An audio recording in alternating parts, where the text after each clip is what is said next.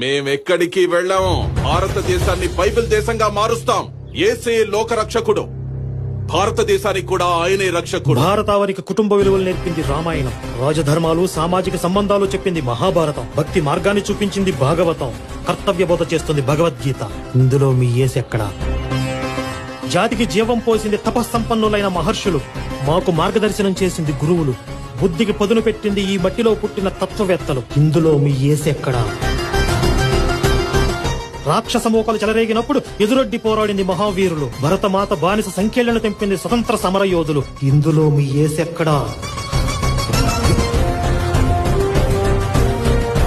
చరిత్ర మాది, పోరాటం మాది, బ్రతుకు మాది, భవిత మాది. ఇందులో మీ యేసుకి ఎలాంటి సంబంధం లేదు. యేసును ఒక మంచి మనిషిగా గౌరవిస్తాం, కానీ దేవుణ్ణి చేసి మా నెత్తి మీద రుద్దాలని చూస్తే మాత్రం ఆ రోజు యూదులు చేసిందే ఇప్పుడు మేము చేయాల్సి వస్తుంది. వాళ్ళు 3 మేకులతో ఆపారు, మేం మాత్రం మీకు దింపుతూనే ఉంటాం. భారతావరిని కబలించాలన్న ప్రయత్నం కాదు, ఆ ఆలోచన కూడా మర్చిపో.